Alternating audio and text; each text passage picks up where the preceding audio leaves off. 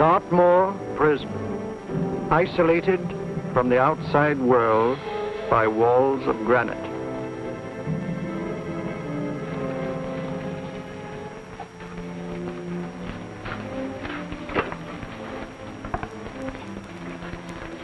They say you could get out of here by merely telling what you know.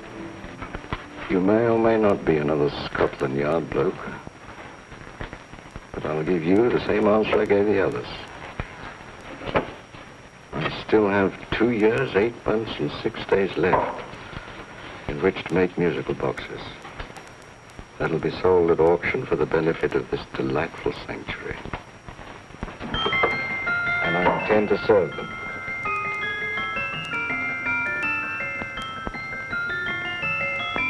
Move along. And now we come to the next object on our list, or I should say objects, because there are 3 of them.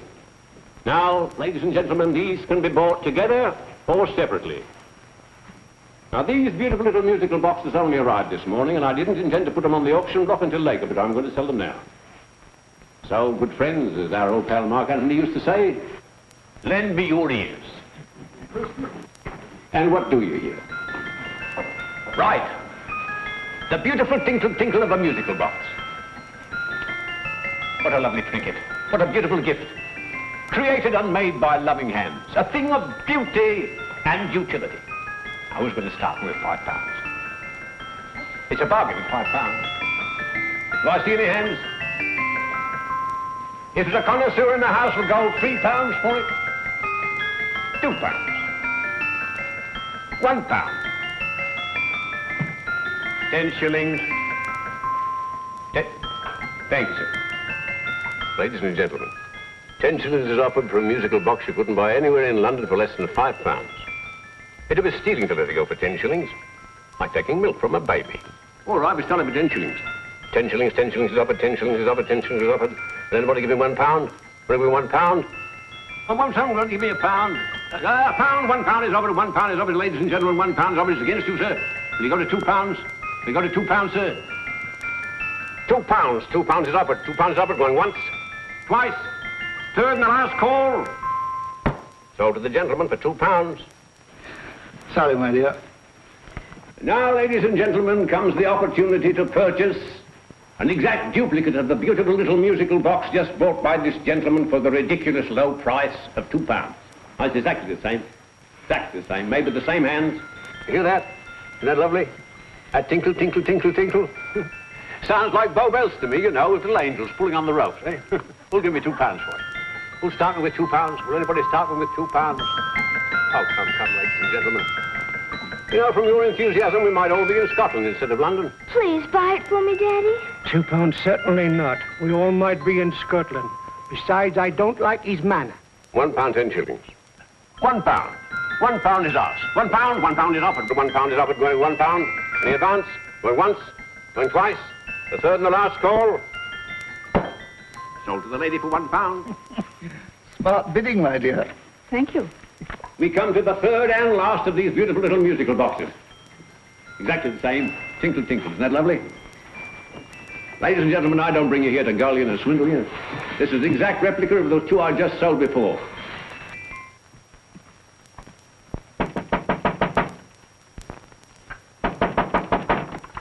We're closed. But this is extremely important. Come in, sir, come in. I'm sorry to disturb you, but I was unfortunately delayed from arriving in time to bid on certain articles which I was rather anxious to obtain. Or perhaps they weren't sold, sir. We are carrying several things over. What might the articles be, sir? 3 identical musical boxes, about so large. Oh, I'm sorry, sir, but they were sold. Pity you weren't here to bid on them. They didn't bring anything like the real value. I'm most anxious to obtain them. I wonder if your records would show who the purchasers were. Oh, we don't usually give out that information, sir. For certain, shall we say, sentimental reasons, I'm most anxious to get in touch with the purchasers. I'd be willing to pay, shall we say, £5. Well, for certain sentimental reasons, sir, we'd be very happy to oblige. Alfred, today's sale. The 3 musical boxes. Musical boxes, oh. Ah, here we are. The first purchase for £2 from Mr. Julian Emery, 52 Portman Square. Write these addresses down, Alfred. Yes, sir. Second didn't leave any name. Well, how unfortunate. I think she's a dealer. You see, they don't like us to know where the things are going. On account of the profits. You say the second purchaser was a woman. Can you give me a description of her? Oh, she was a young woman. Fairly tall, slender. Had a light complexion and dark hair, and she was wearing A grey suit, don't you remember? That's right. She probably runs a gift shop. She paid £1. You say she comes here fairly frequently? No, I didn't say so. But she does, sir. Like as not, she'll come in on Thursday. We have sales on Mondays and Thursdays. Oh. And the third box? The third, Mr. William Kilgore, 143B Hampton Way. For 10 shillings. Quite a drop from £2. Mr. Kilgore was a Scotchman. Oh. Thank you. You've been most helpful. Oh, thank you, sir. And any time you're passing, dropping, we always have lovely things for sale. Our card, sir? Thank you. I'll be back Thursday.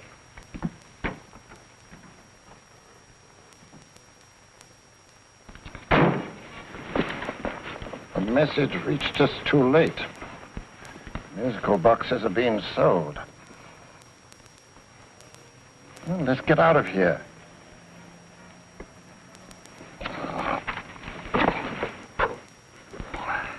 Someday you'll go too far. Reaching for a star, you fool. Yet a fool may touch a star, Colonel Cavanaugh, if he but reach high enough. But not possess it as you would. The musical boxes, they're being sold. What a pity for you, my dear Colonel. Is it my fault that the message reached us only an hour ago? Is it my fault that they were sold? You can't hold me responsible for that. Hope for your sake you're right.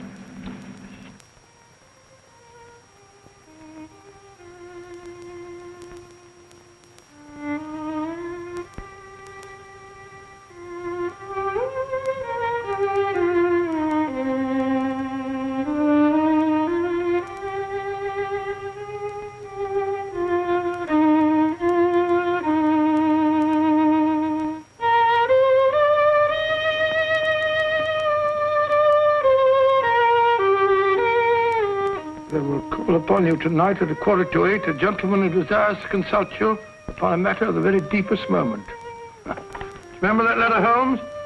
It was written over 2 years ago. An interesting case, devilishly interesting. Irene Adler. What a striking-looking woman from the brief glance I had of her. Seems only yesterday. What charm.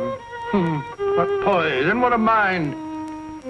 Sharp enough and brilliant enough to outwit the great Sherlock Holmes himself.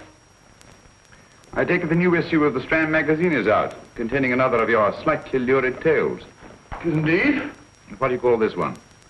I call it A Scandal in Bohemia. Not a bad title, eh? If you must record my exploits, I do wish you'd put less emphasis on the melodramatic and more on the intellectual issues involved. What do you mean by that? Well, I do hope you've given the woman a soul. She had one, you know. By the woman, I suppose you mean Irene Adler. Yes. I shall always remember her as the woman.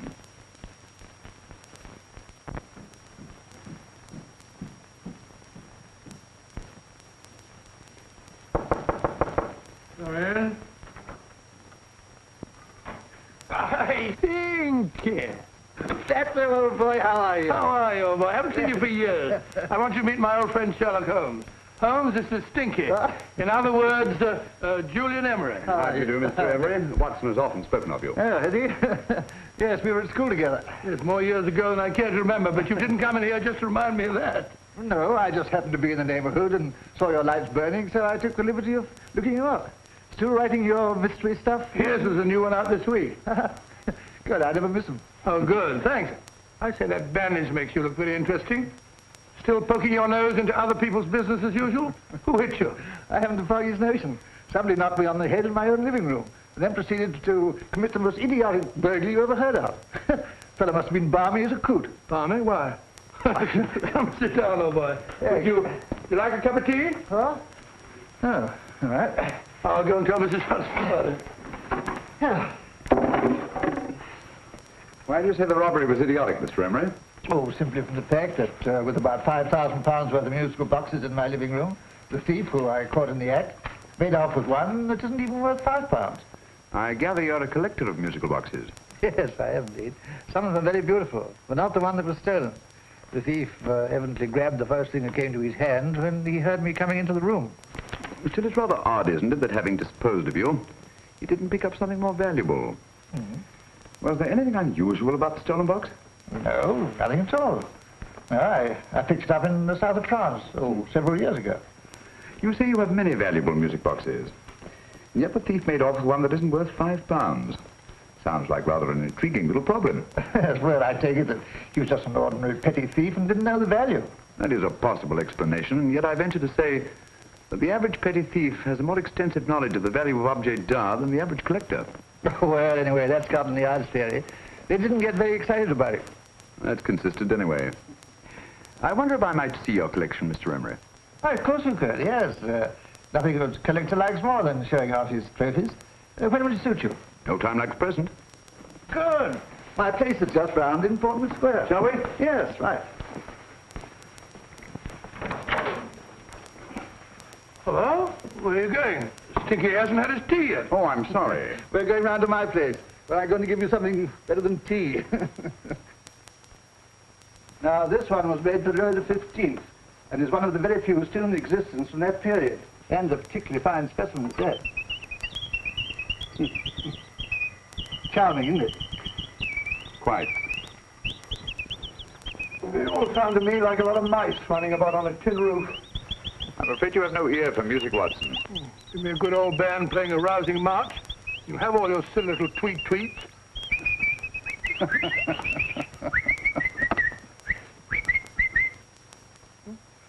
No room. This is me.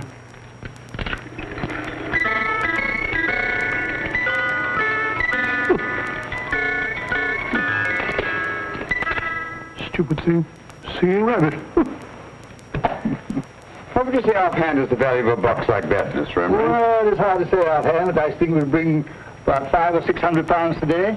It's the gem of my collection. Yet a thief who steals an oddity like a musical box passes up one worth £500 for one of almost no value at all. Odd. Very odd. What was the stolen box like, Mr. Emery? Oh, just a plain wooden box about so big. As a matter of fact, I have one over here almost exactly like it.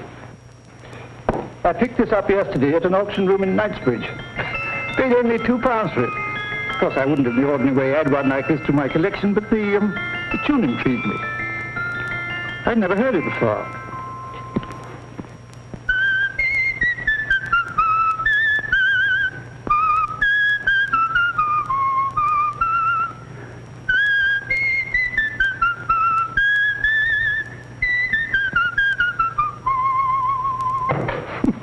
You have a remarkable ear for music, Holmes. Rather an unusual melody. Sit down, Will. Thanks. You say you bought that box at an auction sale yesterday? Yes, the Gaylord auction rooms in Knightsbridge. Run by old, what's his name? Crabtree. That's the man. At what time was the robbery committed? Oh, about 3 o'clock this morning. You know, Mr. Emery, that box and the robbery might well be cause and effect, especially since you say that the stolen box outwardly resembles this one a great deal.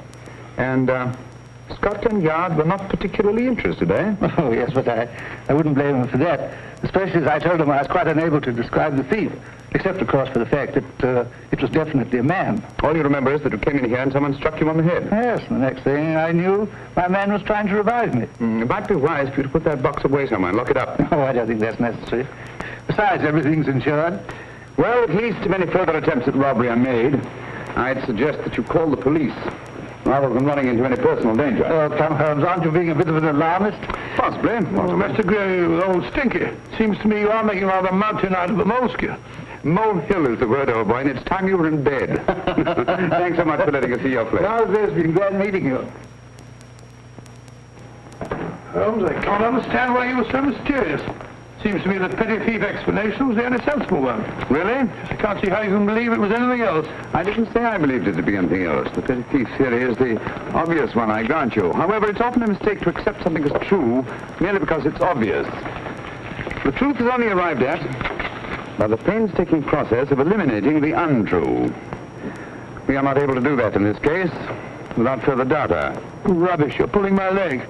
You're trying to turn a tuppenny halfpenny robbery into an international plot. No, I'm not. I just hope that your friend Stinky is a little more cautious in the future. Just in case.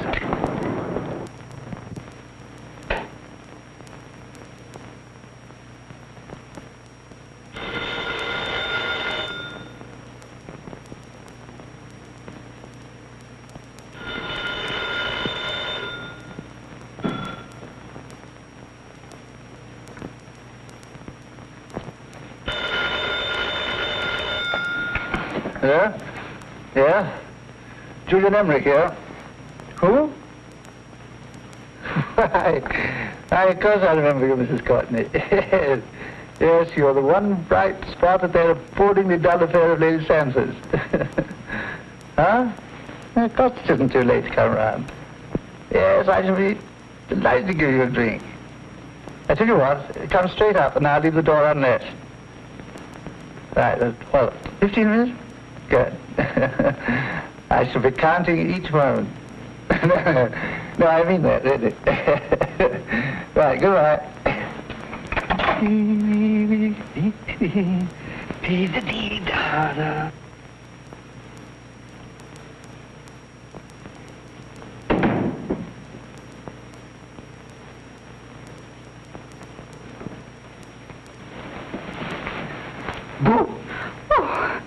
You startled me. Did I? Yes. Must be the pixie in me. I know I shouldn't have called you so late, but I was at a party just around the corner, and I remembered your invitation to see your collection of musical boxes. My dear Mrs. Courtney, the pleasure is all the greater for being so unexpected. My friends call me Hilda. Thanks. Mine called me Stinky. Stinky, how quaint. Oh, what a perfectly wonderful collection of musical boxes. You know, when you told me you had a collection, I had no idea it was so attractive. Yes.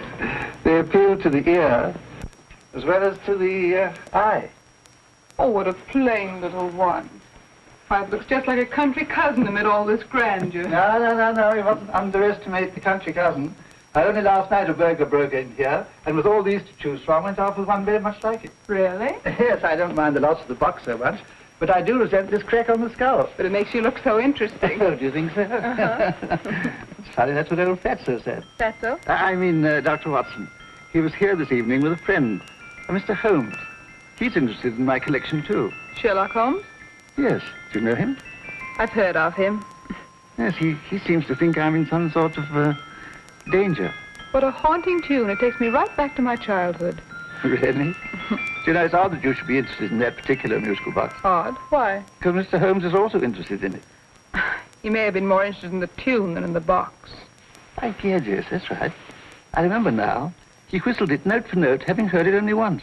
Really? He must be a remarkable man. Bit of an alarmist, if you ask me. Don't you believe in warnings? Of course not. Who'd want a box like that? I would. You're not serious. Oh, but I am. Well, you put me in a very awkward position. I'm a collector, you know. And the collector buys but never sells. But if the price were high enough... The price has nothing to do with it. It's the principle of the thing. Yes, well, we haven't had our drink. No, thanks. I must be getting along. Must you really? I'm afraid so. You're not walking out on me, are you? My reputation, Stinky. I say, you know, you are an attractive woman. Thanks.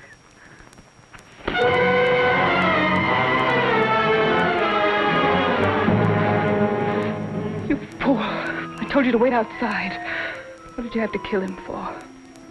All I had to do was walk out with this. He held you in his arms. Don't touch him. Don't touch anything. Now get out. I'm sorry. You're sorry. What about me? This is murder. What about Scotland Yard? What about Sherlock Holmes? Now get out!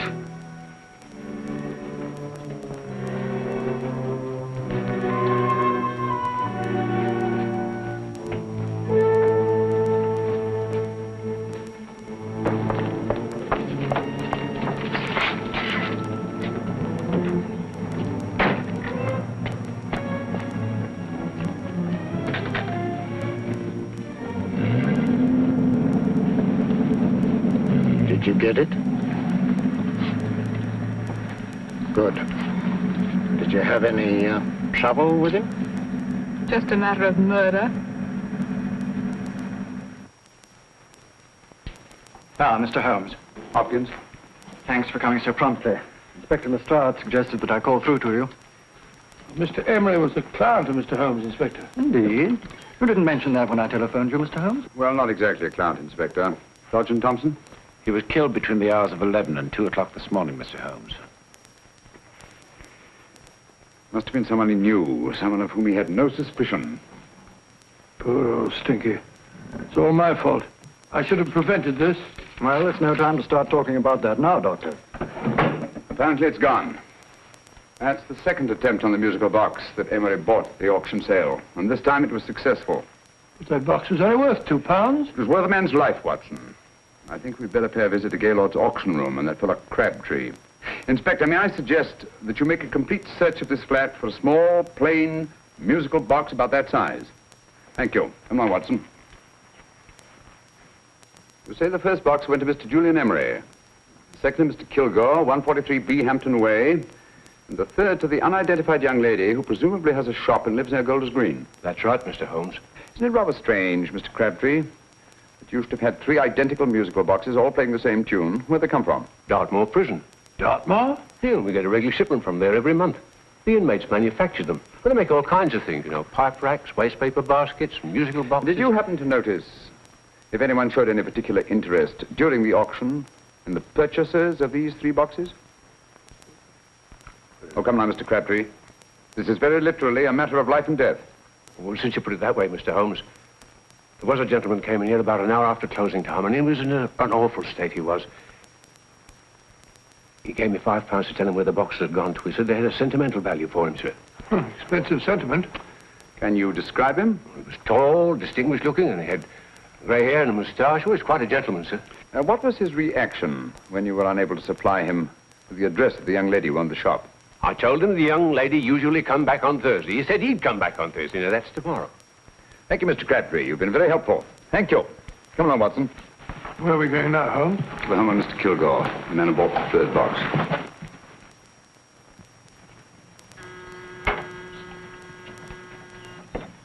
But hang it all, Holmes, how do you know those other 2 musical boxes are of any importance? I don't, but I certainly have no intention of waiting until the owners are murdered to find out. No one at home. I hope that's the explanation. I'll have a look through this window.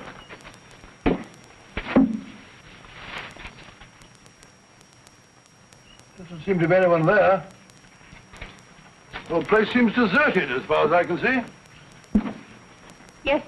Mr. and Mrs. Kilgore at home? No. When do you expect them? Oh, in an hour or so. There's no use your hanging about. They don't buy nothing from peddlers. Peddlers? My good woman, this is Mr. Sherlock Holmes. Sherlock Holmes? Oh, go on. Do you mind if we come in and wait? My business is rather urgent. Well, I've got to go out and do my shopping. And I don't know if Mrs. Kilgore would like any strangers nosing about. Quite all right, I assure you. Well, I've got to be off. You're too white in the parlor. And no smoking either. Mrs. Kilgore says it smells up the house. Funny old girl, Holmes.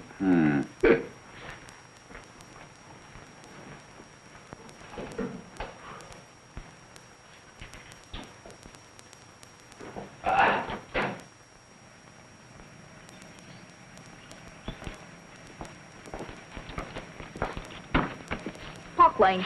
Park Lane? And what would the likes of you be doing in Park Lane? Now, don't worry about the fare, Ducky. If you know how to get to Park Lane, up it.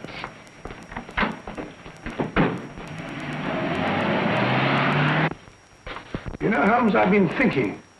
There must have been something hidden in that box of old Stinky's. Stolen jewelry, possibly. What's up, Holmes? Listen. What's just the steam in the water pipes?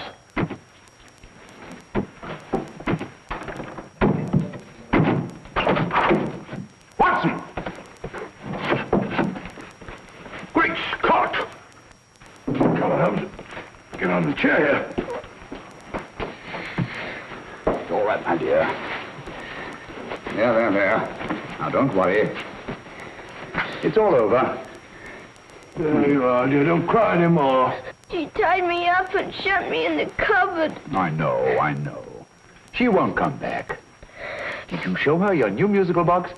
Yes, she said she wanted to hear it play, and as soon as I showed it to her, she grabbed hold of it. I know. Now, don't worry. We'll buy you a new musical box. Yes, my dear, the best one in London. Watson. Oh, what a fool I've been. What do you mean, Holmes? She took the musical box out of this house in that market basket, right under our very noses.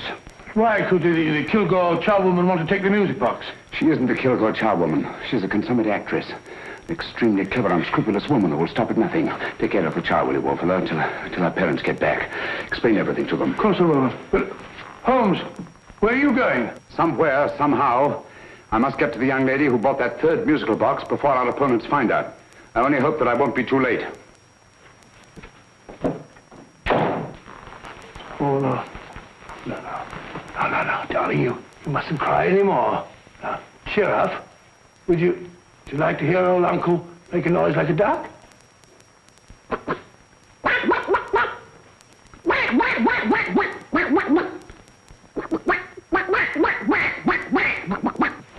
Oh, sorry.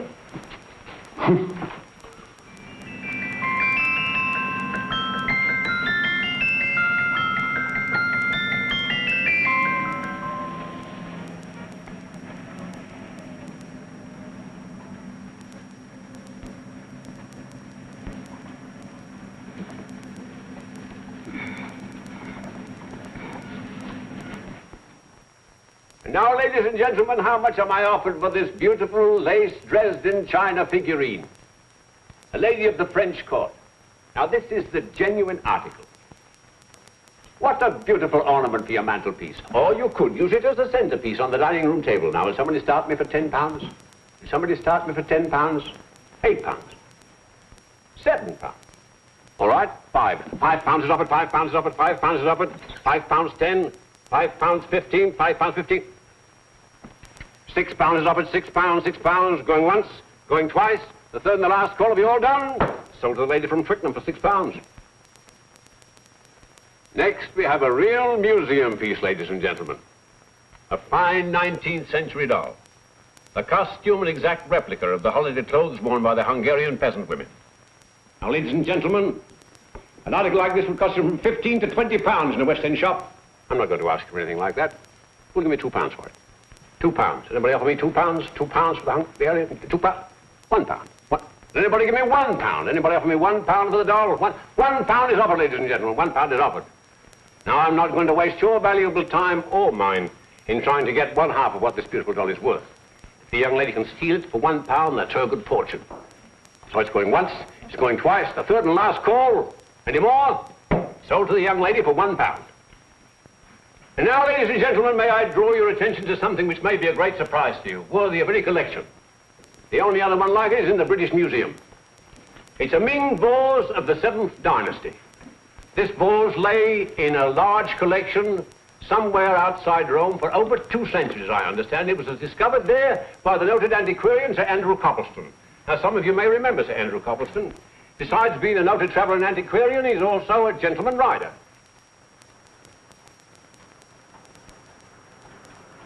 The girl with the parcel in her hands, that's her. Are you sure that's the girl? Well, she fits perfectly the auctioneer's description. Follow her, Hamid.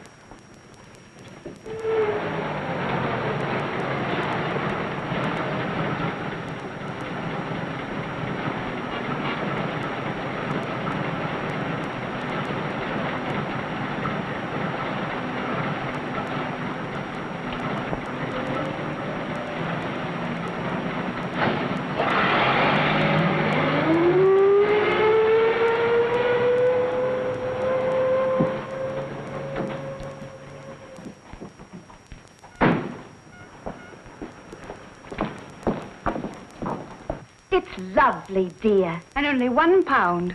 We can get at least 3 for it. Easily.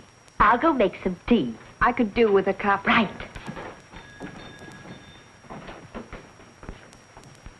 Good afternoon. Good afternoon. I'm looking for a birthday gift for a 7-year-old girl. What would you suggest? We have some lovely dolls. Now, this Hungarian... I think she has enough dolls already. Books are always welcome. Well, I'm looking for something a little different. Well, that's rather cute. What is it? Well, that's a musical box. Children always love them. And this is an exceptionally nice one. It plays many tunes.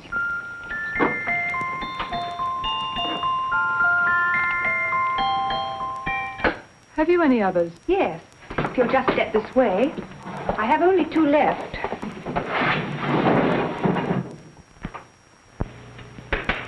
Oh, nice.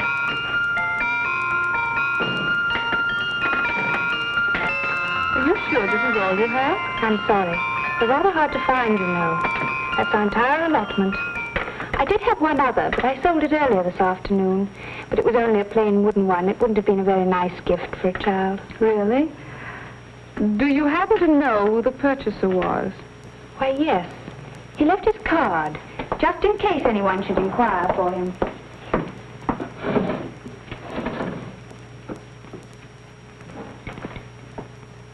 How interesting.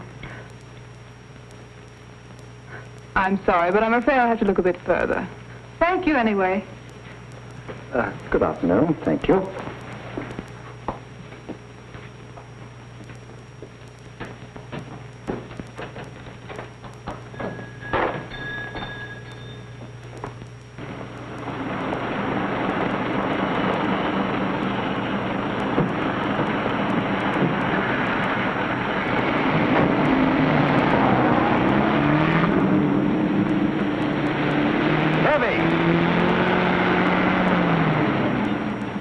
Follow that cab. Here, now, what? Scotland Yard. Hop in.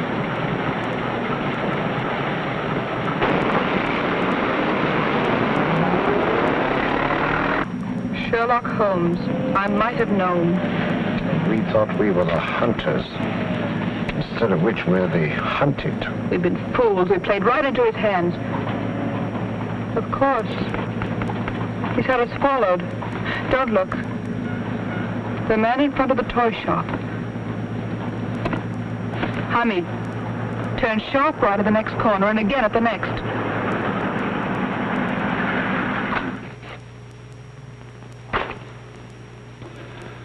No photograph of her, Commissioner, as I expected.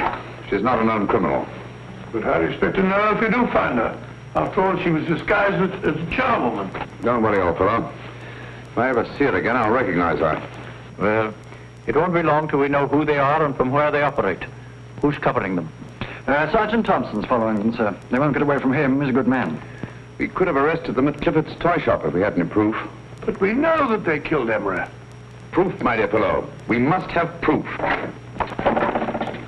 We have x-rayed it, sir. There's nothing whatever concealed in the box. We'll have a look at the plates.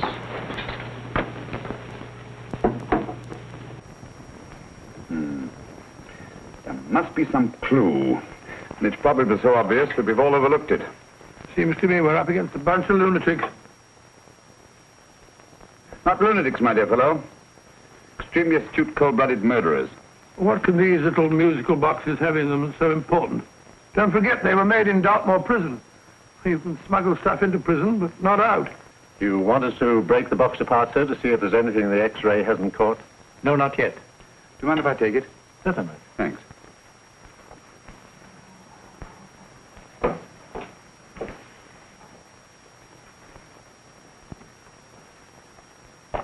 The governor of Dartmoor Prison informed us, sir, in answer to Mr. Holmes' question, that all 3 musical boxes were made by the same convict, John Davidson, serving a 7-year term, sir. Davidson? The Bank of England plate. That'll be all. Yes, sir. Now we're getting somewhere. Wait a minute. How did you know about the plates, Mr. Holmes?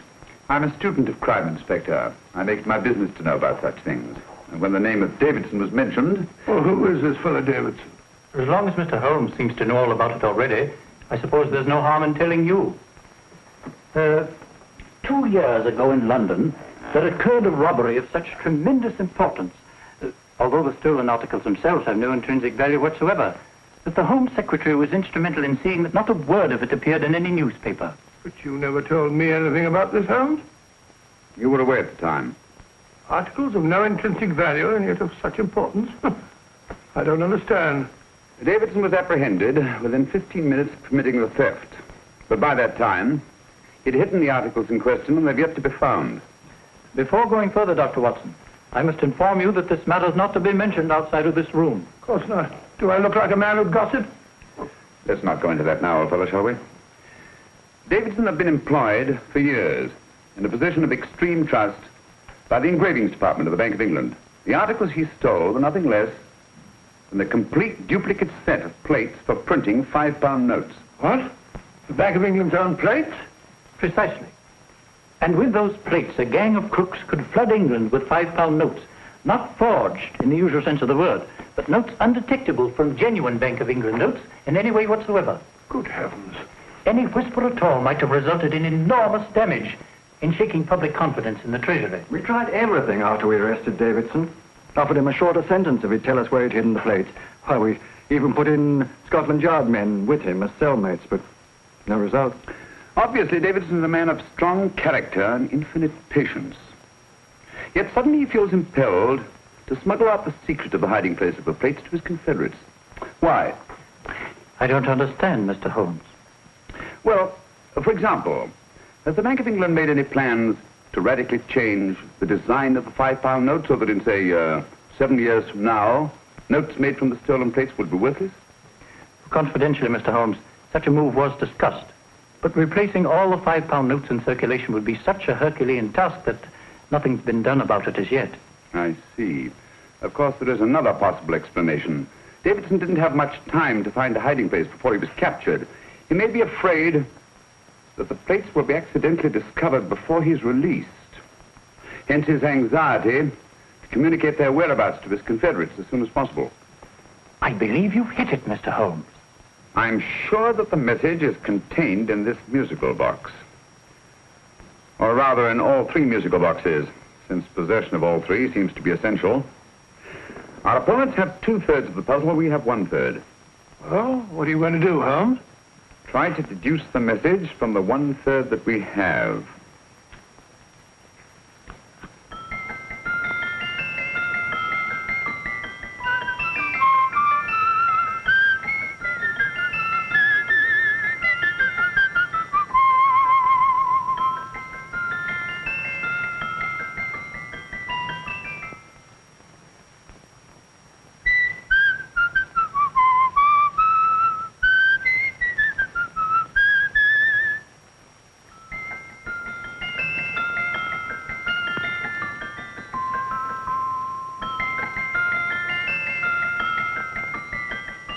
It's the same tune as the one played by Emery's musical box. And yet it's different. Sounds the same to me. The tune. Somehow the tune is the key to the mystery. It must be the tune. Otherwise, why use 3 musical boxes to convey the message? Why not collar boxes or shoe boxes? Yes? Oh. It's for you, Inspector. Oh, thank you, sir. Inspector Hopkins speaking. What? Where?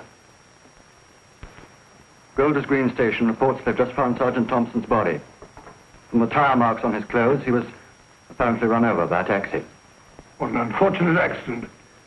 Not an accident, my dear fellow. I'm afraid it's murder. Oh, you never know just who you're going to meet when you're walking down a busy London street. Mrs. Orchid, Mrs. Brown, any subject of the crowd. Oh, you never know just who you're going to meet. So you better hold your topper in your hand, just in case you meet a lady on the strand. Girls will think you're kind of sweet, and your day will be complete. Oh, you never know just who you're going to meet. Now a gentleman is judged by his appearance. Yes, a gentleman is judged by how he talks. Now he's much better off when he's acting like a top, especially if he's taking him a walk. What on earth is this outlandish place? A rendezvous for actors. Actors? Buskers, old boy. You've seen them 1,000 times. Actors who entertain the queues, waiting outside theaters. You're gonna meet when you're walking down a busy London street. So you better wear your best, tell the time to look your best, 'cause you never know who you're gonna meet. Oh, you better keep your manners right and new. Just in case the lie gives a how you do. Keep your trousers in a pleat, shine your shoes and keep them neat, 'cause you never know just who you're gonna be. Blimey. Mr. Holmes. How are you, Joe? Never better. And yourself? Fine, thank you. I want you to meet a friend of mine, Dr. Watson, Joe Sisto. Oh, well, any friend of Mr. Holmes is a friend of mine. Hi, Joe. He did me a good turn once that I'll never forget. Yes, I cleared Joe of a most unpleasant charge. Murder, no less. Oh, really? By proving to the satisfaction of the police that he was busy at the time blowing open someone's safe. That's right, Governor. Good gracious me. Joe, now you can help me. Come on, buzz off, buzz off. Come on, up it, up it. Can't a gentleman have some peace and quiet around here? And you too. There you are, Mr. Holmes. Now we can have some peace and quiet around here. Thank you, Joe. There's £5 in this for you. Well, I wouldn't want to take it on myself, sir, but I can get somebody to do it for you for half of that. You don't know what the job is yet. For £5? Murder, ain't it? What? No, Joe, not murder, just music. I want you to identify a song for me. Oh, there ain't a song that's been written that I don't know. That's why I came to you. Of course, the violin is more my instrument, but, oh, well, here we go. Now listen to this, Joe.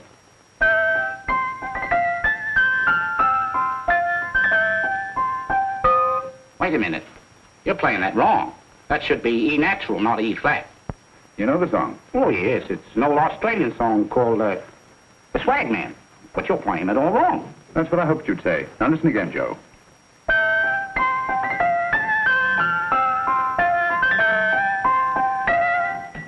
That's the same tune, all right, but you're making different mistakes than you did the first time.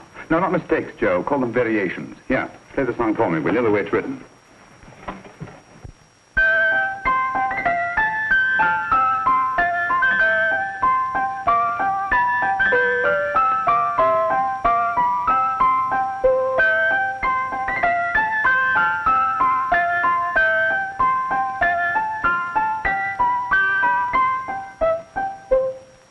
There you are. Thank you, Joe. What's it mean, Holmes? You onto something? Perhaps. I don't know yet. It's probably a code of some sort. Joe? Could you write the song down for me? The way it was originally written? Oh, sure, Mr. Holmes. But it'll take a few minutes. Mm-hmm. Here, Mabel. Pale ale. Come on, off to it. Along with it.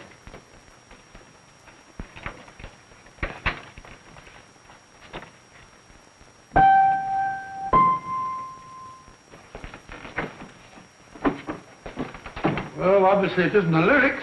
No combination of those words made any sense at all. The variations in the way Emery's musical box played the tune are different from the variations in the one we have. You sure? Quite. You see, I took the trouble to memorize the tune as played by Emery's box that night we were with him in his flat. Holmes, you amaze me. Elementary, my dear fellow. One of the first principles in solving crime is never to disregard anything, no matter how trivial. Why are there 3 boxes? Why not 1? Because the message was obviously too long to be conveyed by any one variation. Then there's the 3rd box, the one that woman took from the Kilgores. That contains yet another set of variations. Yes, well, it's all beyond me. Well, all we have to do now is to find the secret of the variations. Not a very easy problem to solve, my dear fellow.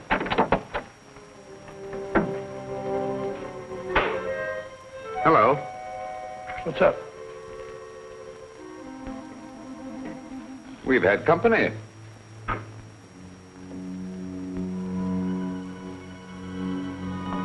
say, this is outrageous. Ask Mrs. Hudson to come in here, will you? Right.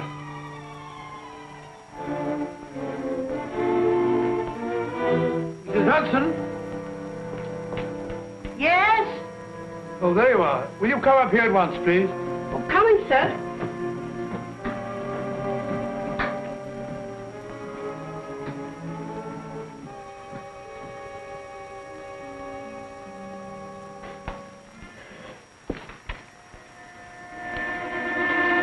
Mercy me, Mr. Holmes. What has happened? Who called while we were out, Mrs. Hudson? Just a young lady. The one who said you wanted her to wait for you. And a nice-looking old gentleman with Our her. friends again, Watson. Friends? What did the young lady look like? Oh, I couldn't see her face. She had a heavy black veil on. But she had such a nice way with her. Oh, I'm sorry, Mr. Holmes, if I've done anything wrong. But you did say I should always let clients come in and wait for you. Don't worry, Mrs. Hudson, don't worry. You had no way of knowing. It's quite all right, quite all right. Now, don't worry, Mrs. Hudson. Don't worry. Where on earth's the musical box? They didn't get it. Didn't get it? Where is it? It's in your hand. Huh? In that biscuit jar. Pick the biscuits off the top. Now put your hand inside, and you'll find the music box. Well done, Holmes. Well done. Amazing.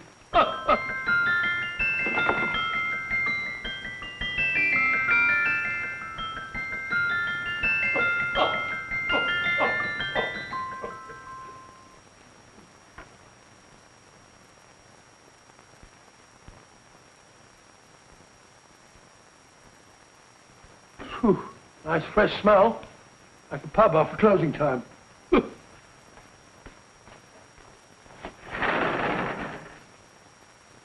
I say, Holmes, What? it's morning. Allow me to congratulate you on a brilliant bit of deduction.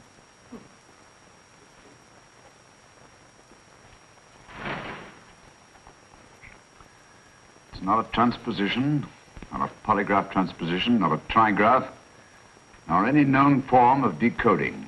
How about the Morse code? Have you tried that? Yes, at about 3 o'clock this morning. I'm sorry, old man. I was only trying to help.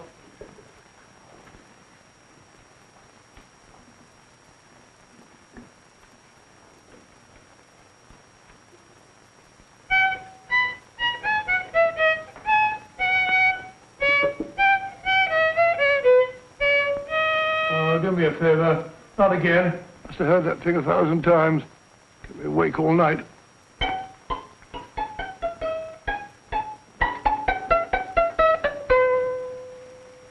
Not a very distinguished composition, I grant you. You know perfectly well I don't know one tune from the other. When I was a kid, my people tried to have me taught the piano. I've always felt sorry for that old teacher of mine. The poor old girl finally reached the point of numbering the keys for me. 1, 2, 3, 4. Even then, I never progressed beyond... Numbering the keys, Watson. The 19th key of the keyboard is the 19th letter of the alphabet. S. Here. Write it down when I give it to you, old fellow, will you? The first altered note. Write S first. Now, the 8th key is H. The 5th key, E. The 12th key, L. The 6th key, F. S-H-E-L-F. Shelf.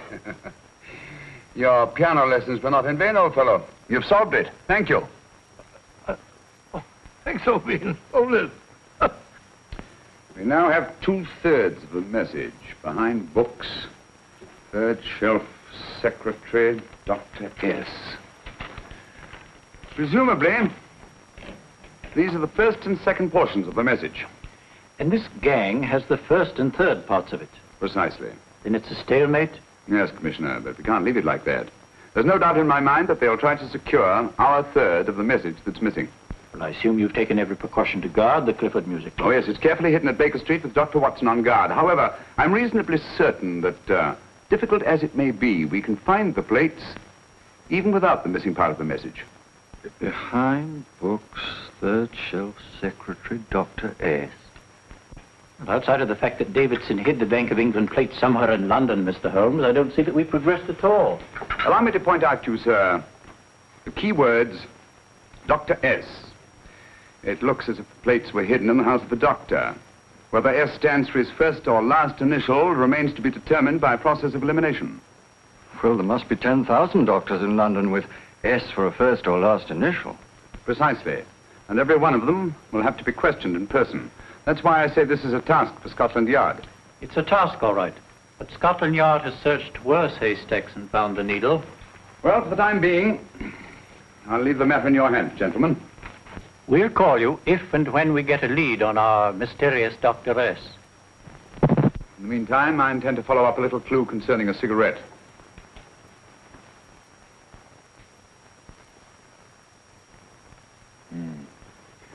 You're certain of the identification of the tobacco? Absolutely. I have made up this special blend for only 3 customers. It is almost pure Egyptian, with admixture of latakia for added body, and a pinch of perique. Merely a whisper, as one might say, for elusive fragrance. Yes. And the 3 customers? Major Wilson in Bombay, India. Mrs. Catherine Leamington Smith in Ireland. Yes, and the 3rd? Mrs. Hilda Courtney of Park Mansions, Bryanston Square. Thank you. Thank you very much. You've been most helpful. It is a pleasure to have been of service, Mr. Holmes.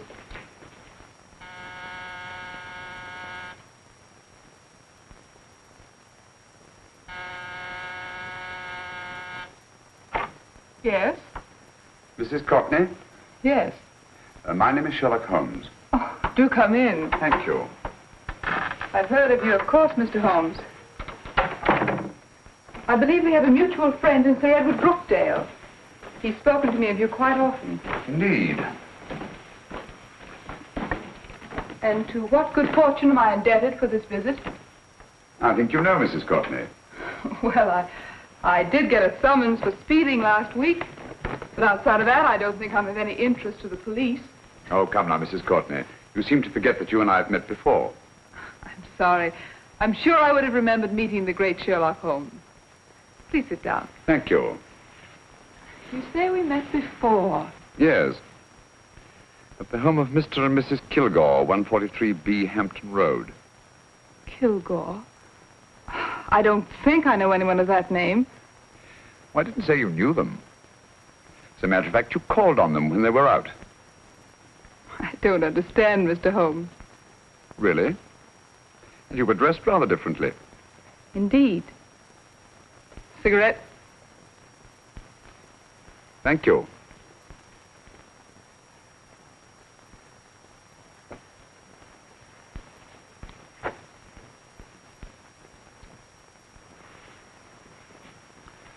Thank you. You know, Mrs. Courtney, people generally forget, in assuming a disguise, that the shape of the ear is an almost infallible means of recognition and identification to the trained eye. Evidently, you've mistaken me for someone else. Oh, no, not at all. Though naturally, I expected your denial. But when you paid your visit to my rooms at Baker Street, you carelessly left behind another identification. They're, identical, aren't they? Yes, I must admit they are. You see, Mr. Holmes, to catch one as clever as you, I had to use a very special lure.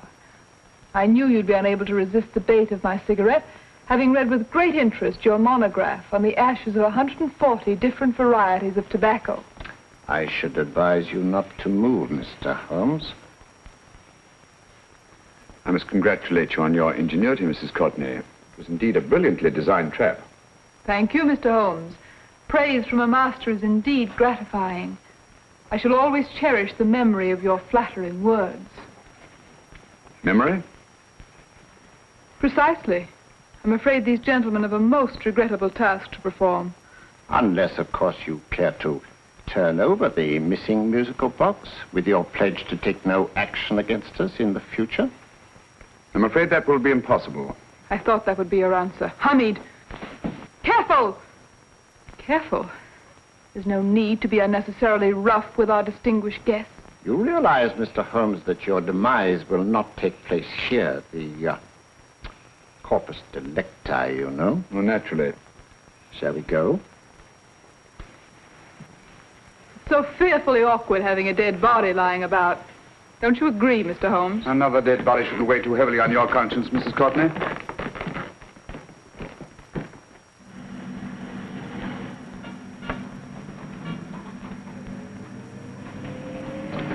You mind if I have a cigarette? Don't see why not.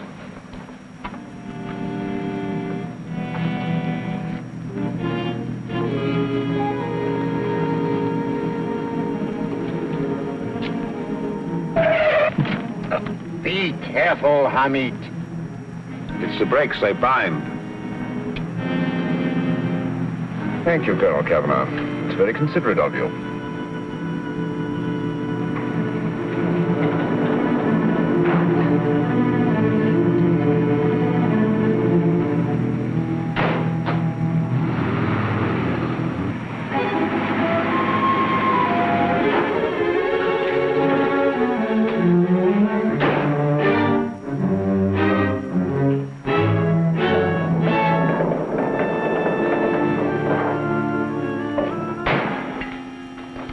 You'll be happy to know, Mr. Holmes, that your death will be a painless one. Hamid, attach this to the motor of the taxi. That little attachment, my dear Mr. Holmes, contains the deadly fluid known as monosulfide. The Germans use it with gratifying results in removing their undesirables. Start the motor.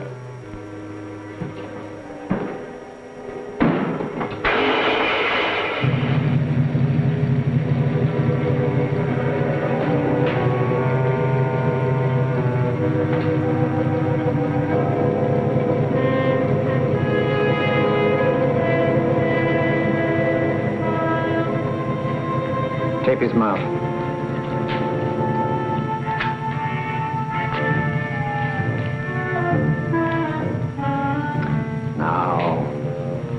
Up with him, Hamid.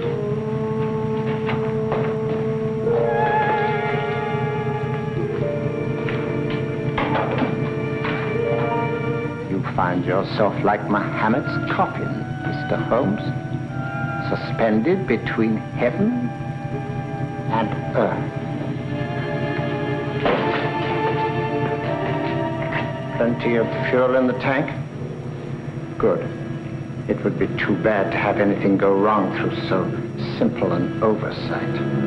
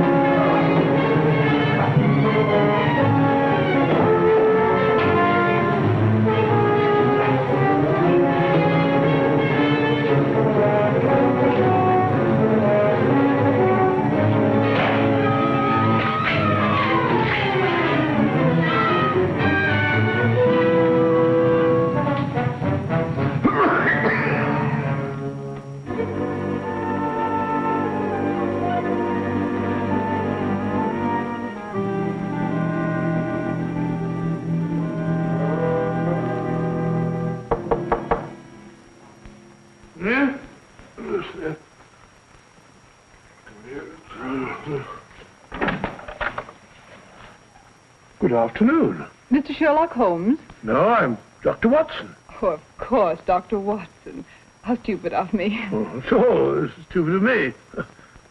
Won't you come in? Well, I really came to see Mr. Holmes. Oh, I'm afraid he's out. I don't know when he'll be back.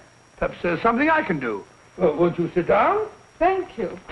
You know, Sherlock Holmes and I have been engaged on a great many cases. Oh, really? Yes, indeed. Well, as a matter of fact, this very moment we're involved in one of the most baffling... Oh, well, won't you tell me your trouble? I may be able to help you. That's very kind of you, Dr. Watson. Perhaps if I wouldn't be imposing too much. Imposing? Oh, there's no imposition. No imposition at all. A pleasure, I assure you. Now, tell me all about it, Miss Williams. Mrs. Williams. I live in Surrey, Dr. Watson, and I've come up to London in sheer desperation. My only sister has disappeared, and the local police seem utterly unable to find her. Well, Holmes and I solved a case exactly like that once. Very interesting as far as I remember. I call it the adventure of the solitary cyclist. Oh, sorry. Now I come to think of it, it wasn't so very similar. Entirely different. I don't think what I was saying. Where were we? She's only 17, Dr. Watson, and until she disappeared last Thursday, she seemed to be in the best of spirits. Well, possibly a romantic entanglement? Oh, no, nothing of the sort. She left no note, didn't even pack a bag, no explanation. She just started to walk to the village from our house in broad daylight and simply vanished from the face of the earth. Oh, there. Might I have a glass of water? Glass of water. Have one in 1 minute.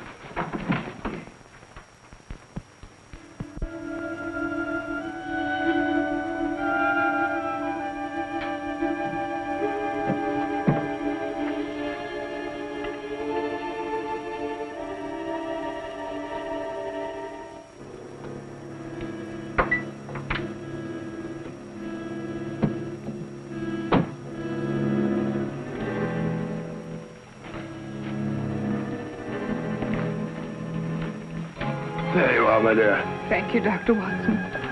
No, you're not to cry anymore. You must pull yourself together. Oh, I feel much better already knowing that you're going to help me. Oh, Dr. Watson, look! Good heavens! Oh. Get through the fire brigade, quickly!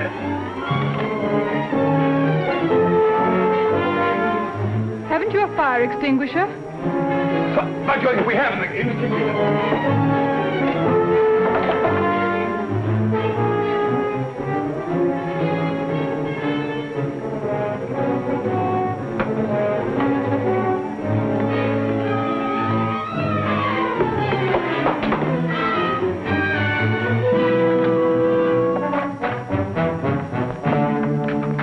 Don't you worry, Miss Williams. We'll have this thing out in no time.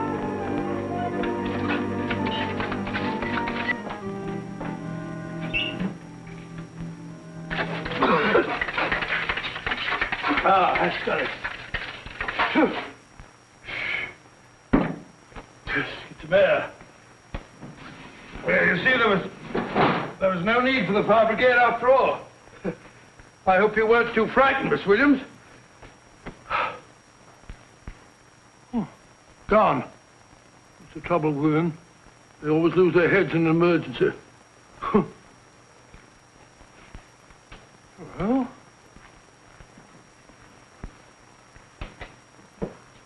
a musical box.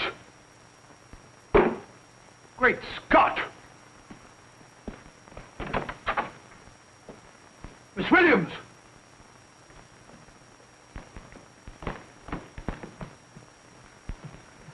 Well? Good. And Holmes? By now, Mr. Holmes has no doubt exchanged his violin for a harp. Always assuming that heaven is his destination. And now that we have the missing musical box.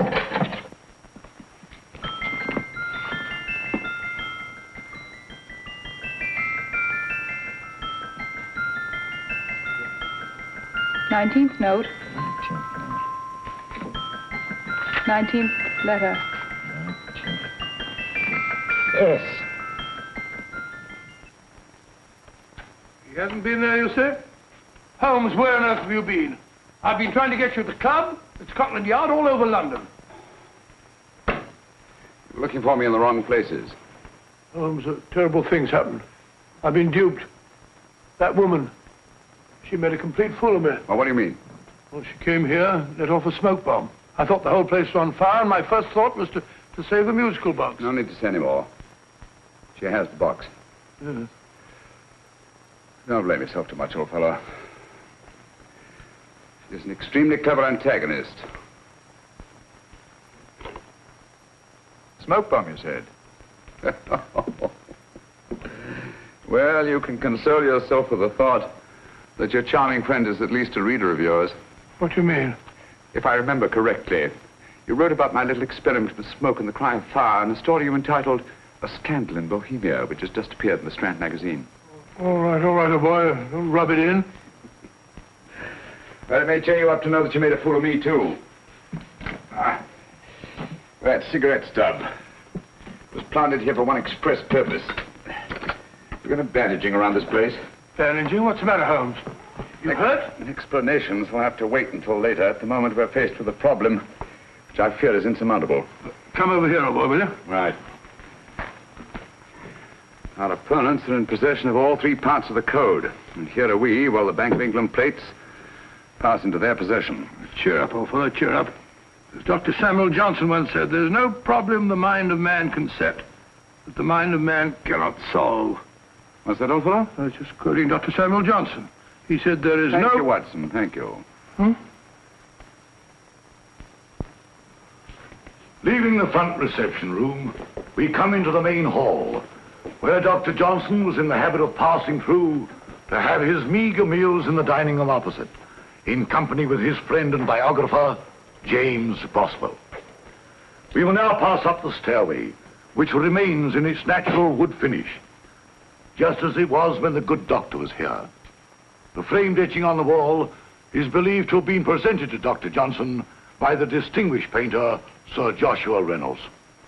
I've been told here that that picture was given in by Mrs. Thrale, and it's definitely not a Reynolds. Is that important, my dear?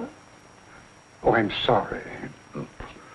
This way, ladies and gentlemen, please, this way. Move along, children, move along.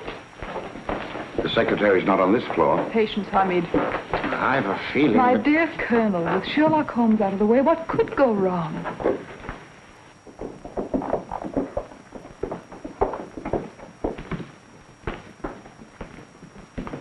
And here we have the Garrett Library, in which Dr. Johnson wrote his famous dictionary, and in which you will see also many of the great man's books and other items of interest. Step forward, ladies and gentlemen, please, step forward. Standing in the corner is the secretary, which contains many of the original works by the literary genius. On this table, Dr. Johnson's cat, Hodge, used to sleep while his master worked. A strange thing about this cat, ladies and gentlemen, was its love of oysters. They do say that the dear doctor often went hungry to find the cat that delicacy. What a pity. Now we will visit the grey room, which is immediately below us, in which you will see the very bed in which Dr. Johnson died. What did he die of? Gout. Just gout. This way, ladies and gentlemen. Mind the steps, please.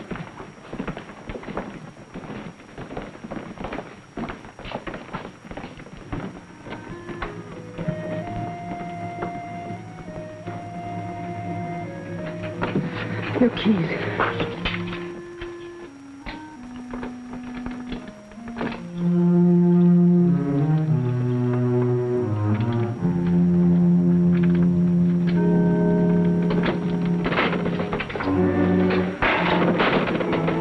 Third shelf up.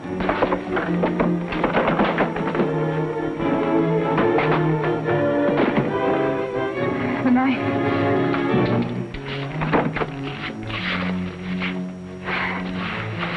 Gentlemen, the Bank of England plates. Well, Mrs. Courtney, so we meet again. No, I shouldn't do that if I were you, Colonel Cavanaugh. I must congratulate you, Mr. Holmes. You're far more clever than I thought. Thank you, Mrs. Courtney. Praise from you is indeed gratifying. I shall always cherish the memory of your flattering words. Memory? Oh, thank you. And now I have a most regrettable task to perform.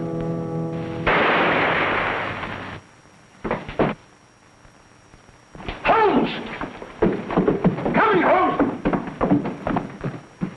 Holmes! You all right?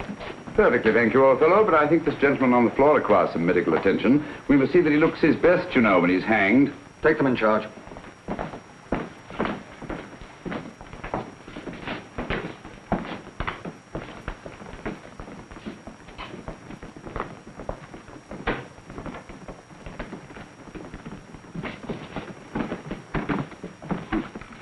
A brilliant antagonist. It's a pity her talents were so misdirected. Will you see that these plates are returned to the Bank of England, Inspector? I still don't understand how you solved it, Mr. Holmes. It's entirely due to Dr. Watson. He gave me the clue when he mentioned Dr. Samuel Johnson.